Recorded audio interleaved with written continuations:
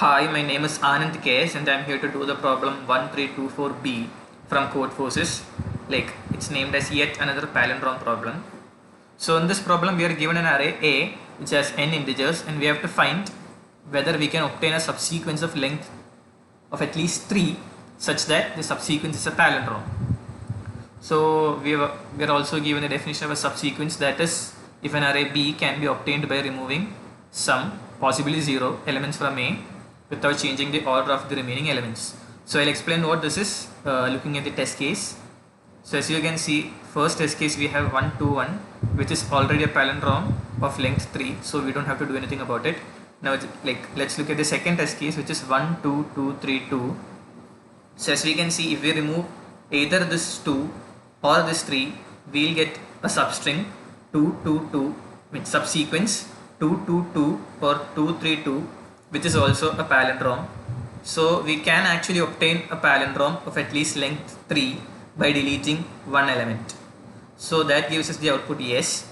But in this case, as we can see, there are only 3 elements, so we cannot delete any element, and this is not a palindrome, so the output will be no. And in the case of 1 2 2 1, there are 4 elements, so if we remove this 2 from in between, we get it as 1 2 1, which is a palindrome of length 3. So this is acceptable, so that's yes.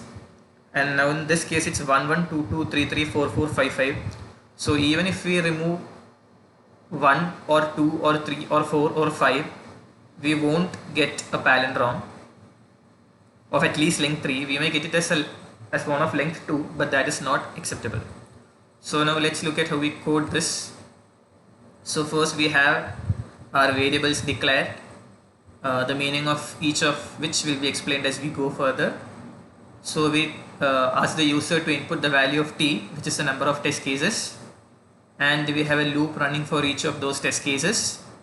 So first we take in the number n, that is the number of elements in the array, and we have a flag defined as 0.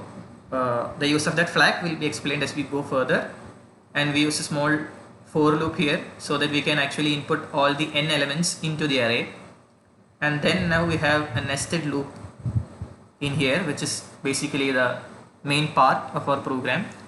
So the first loop is used to access or traverse through each element of the array. And now here we have a second loop, and it starts from I plus 2, that is leaving one element between a of I and a of k. This is done so that we are actually considering a subsequence of at least 3 elements from a of I to a of k.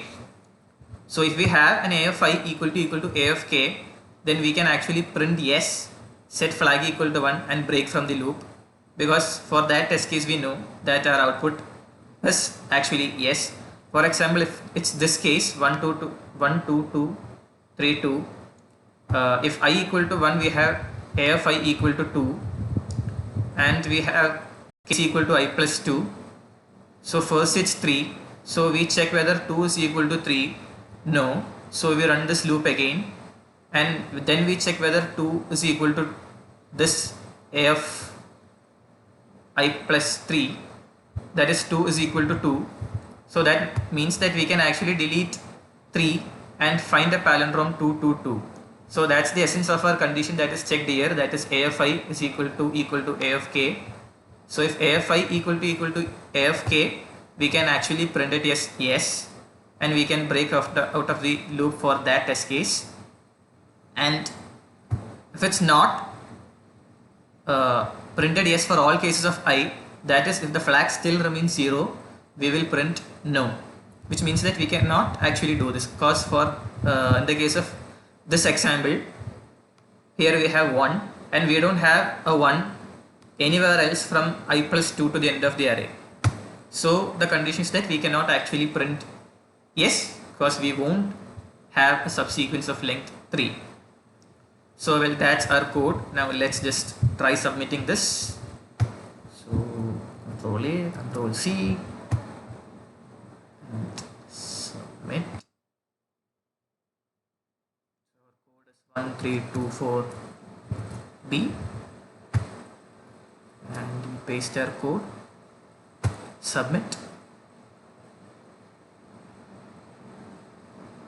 we have it running in here, and as we can see, that's accepted. So that's it. Thank you and have a nice day.